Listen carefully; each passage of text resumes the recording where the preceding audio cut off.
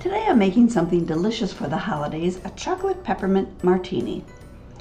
You only need 3 ingredients for the martini: chocolate liqueur, some peppermint schnapps, and some half and half. But what's almost as much fun is the stuff you use to decorate with. I like a variety. I have these peppermint stir sticks. I also have candy canes as well as some crushed candy canes, and I'll show you how I use that. Oh, and Hershey's syrup. Some nice chocolate syrup, always a good addition. So one way I use these decorating items is to rim the glass.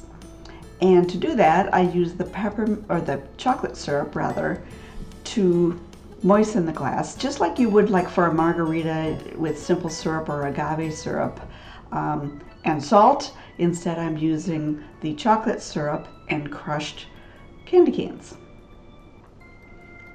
Just get that to stick on there and you have a lovely little rim.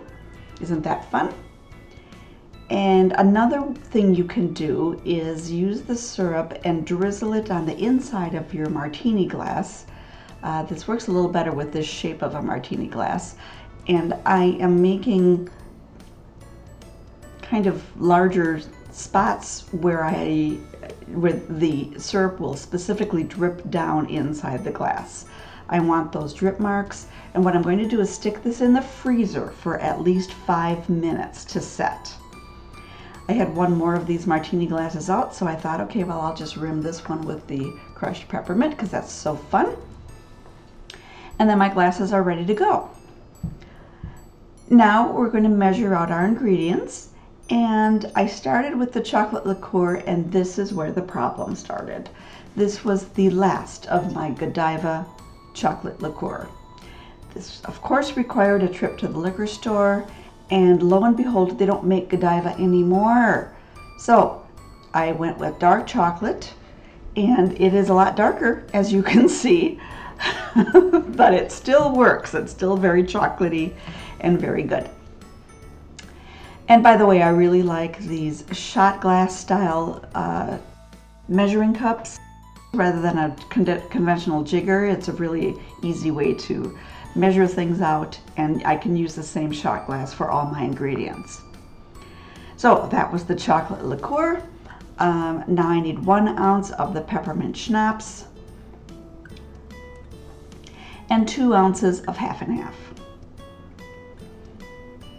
If you do the math, of course, this results in 5 ounces of liquid, so you need to plan accordingly according to how much capacity your martini glass has. Then, of course, we have this in a cocktail shaker with ice. Shake it all up and strain it into your glass.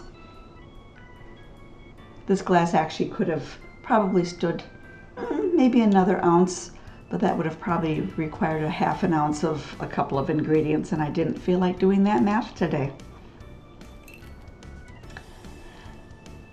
So now we'll have to make sure we decorate a little bit. I'm using these peppermint stir sticks. They are meant for stirring. You can use them for hot chocolate. I just like them on my martini glasses. Here is that other martini style glass, and you can see this fills rather nicely to the brim. The stir stick, however, wants to float, so we can just lay that across the top of it. And of course, I did not forget the chocolate syrup decorated glass, and because it was in the freezer for longer than 5 minutes, thanks to that trip to the liquor store, it's nice and frosty now, which is actually really, really fun. Pour that drink right in there, and you have, it's just a different look. It's the same taste. It's quite lovely. This too will get its own little swizzle stick, and then these are ready to go. I hope you give this a try. This is kind of a must for a chocolate lover, especially during the holiday season, and if you try it, I know you'll love it. Enjoy.